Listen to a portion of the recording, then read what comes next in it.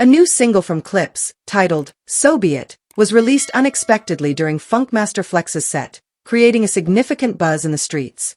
The reason for the excitement? Pusha T, the sharp-tongued kingpin from Virginia, appears to have unleashed a lyrical attack directed at his former mentor and collaborator, Kanye West. This track is more than just music. It feels like a public execution, a stark examination of a broken friendship that has left fans stunned and analysts scrambling to make sense of it all. Let's delve into the chaos, break down the lyrics, and examine the old grievances that Pusha is resurrecting with each biting line. Welcome to celebrity rap life, where the red carpets never roll up and the spotlight never fades. The rewards are legendary. Because in celebrity rap life, every downfall can become a comeback, and every headline tells a deeper story. Hit that like button, subscribe, and turn on notifications so you don't miss a second of what's coming next. The song, which is officially set to drop this Friday, June 20th, made waves as soon as it aired, particularly one verse that has ignited a frenzy online. Pusha delivers his lines with chilling accuracy. You cried in front of me / you died in front of me / Calabasas took you bitch and you pried in front of me. These words are anything but subtle. They serve as a precise attack, illustrating Kanye at his most vulnerable, exposed in the lavish surroundings of Calabasas, where his personal and professional life has unraveled in recent years. The imagery is harsh, a man brought low, watching his empire collapse while Pusha observes without flinching. But is this a calculated insult or a release of long-held frustrations? The answers lie in the remnants of their once strong bond. To grasp the significance of this rift, we need to look back. The relationship between Pusha T and Kanye West was built on a shared creative vision, resulting in classics like Runaway, and elevating Pusha's solo career following Clipse's hiatus. Kanye, as the innovative producer and head of good music, provided Pusha with a platform, while Pusha added lyrical depth to Kanye's musical explorations. Their collaboration reached its peak with Pusha's 2018 album Daytona, a tight and powerful work that highlighted their combined brilliance. However, beneath the surface, tensions were brewing. Tensions that grew into significant divides as Kanye's increasingly erratic behavior and controversial remarks began to overshadow their collaborative efforts. In a recent interview with GQ, Pusha candidly discussed their fallout, revealing insights that cut deep. The one thing I can say about him is that he knows that every issue he's crying about online right now, I've addressed with him directly. He doesn't talk to me like he talks to others, Pusha stated, his tone a mix of disappointment and defiance. He continued, he knows I don't see him as a man. He knows it. That's why we can't work together anymore. That's why we don't connect. Because he understands how I truly feel about him. He's shown me his weakest sides, and he knows how I view weak people. Those statements carry significant weight, serving as a public critique of Kanye's character that goes beyond music and delves into personal territory. Pusha T reinforced his stance in a complex interview, shedding light on the power dynamics that characterized his partnership with Kanye West. He noted, being alongside someone like Ye brings a certain visibility. Ultimately, there's a level of musical talent and exceptional production that comes from being with him. Artists today seek many of these advantages by being near him. However, he quickly shifted focus. For me, it's all about the music and creating at a high level. I've been in this industry for a long time, and I have a specific type of hip-hop I want to produce. Honestly, Ye understands my preferences, and I only want to engage in projects that align with my vision. In this statement, Pusha emphasizes his autonomy, indicating that he is no longer dependent on Kanye. The underlying message is evident. While Kanye's brilliance has its price, Pusha is prepared to pay it on his own terms. Now, let's analyze the provocative lyrics from So Be It. The line, "You cried in front of me," may refer to a moment of vulnerability, possibly during the intense recording sessions for Daytona or during Kanye's public struggles with mental health, which he has openly discussed in his music and rants. The phrase, "You died in front of me," could symbolize the demise of Kanye's former self, the confident figure overshadowed by controversy and personal issues. The line, "Calabasas took you bitch and you pried in front of me," is particularly striking. Calabasas, the place where Kanye's marriage to Kim Kardashian fell apart, represents betrayal and loss. Pusha isn't merely insulting Kanye, he's recounting a decline, positioning himself as both an observer and a judge. The timing of this release adds further intrigue. Clipse, the duo consisting of Pusha T and his brother No Malice, has hinted at a comeback for years, and So Be It signifies their bold return. But why now? Kanye has been relatively quiet musically in 2025, concentrating on his Yeezy projects and occasional social media outbursts. Pusha's release seems like a preemptive move to take control of the narrative before Kanye can react. The track's production, a gritty mix of powerful 808s and eerie synths by Pharrell Williams, heightens the tension, transforming each line into a provocative statement aimed across the good music divide. Fans have already taken to X to analyze every word. One user remarked, "Pusha just called out Kanye like it's 2018 again. Calabasas line hits differently." Another responded, "Ye's going to retaliate with a 10-minute rant, just wait."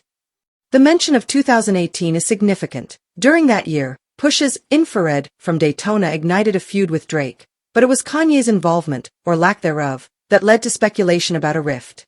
Pusha's latest track implies that the previous feud was only the beginning, with Kanye being the true target all along. To understand the situation, it's helpful to look at Kanye's viewpoint, or at least what we can deduce from his lack of response. Since their breakup, Kanye has embraced his controversial image, distancing himself from friends and collaborators through his candid opinions on politics, religion, and race. Pusha's comments in GQ suggest he has witnessed this decline up close and even attempted to advise Kanye before stepping away. "He knows what I really think of him," Pusha emphasized, a statement that resonates with a sense of disappointment.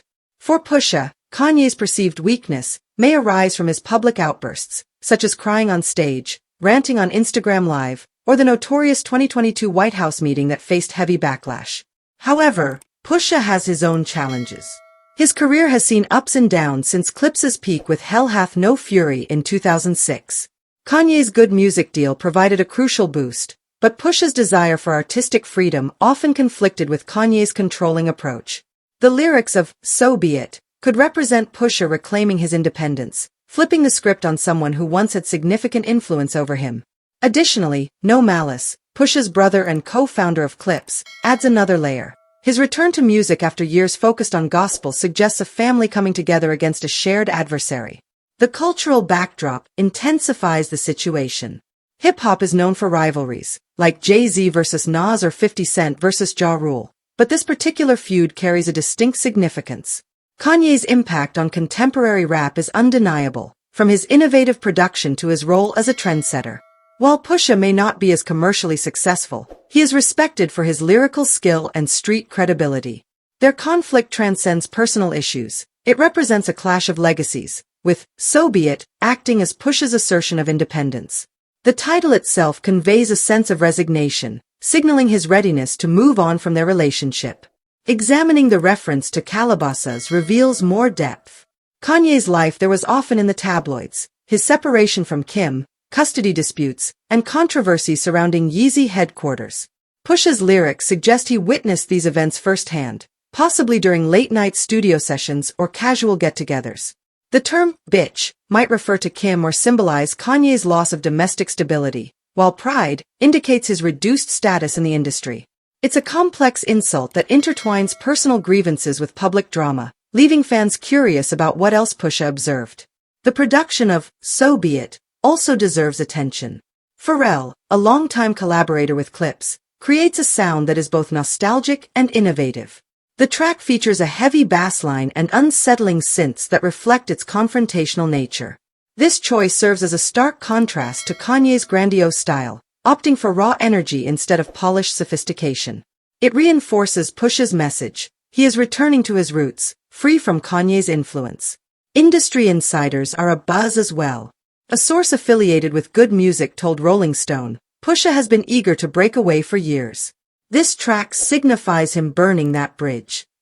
Meanwhile, Kanye's team has not yet responded, but given his past, a retaliation seems likely, whether through music, tweets, or an unexpected album release. The silence is palpable, only intensifying the speculation. Pusha's comments in GQ show he is at peace with his choice.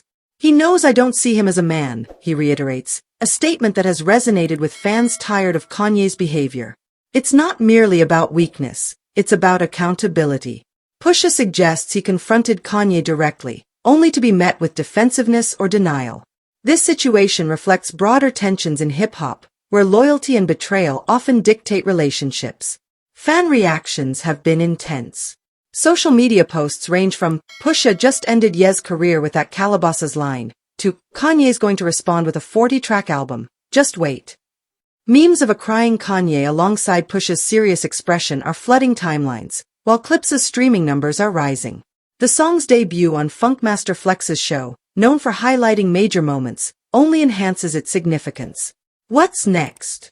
Clipse's anticipated comeback album, rumored for late 2025, could add to this narrative, with No Malice offering his own insights. Kanye might respond with a diss track, utilizing his production skills to counter Pusha's lyrical attack. Alternatively, he could choose to remain silent, allowing his lack of response to speak volumes. Regardless, So Be It has reopened old wounds, transforming a musical reunion into a battleground. This is more than just a feud, it's a reckoning.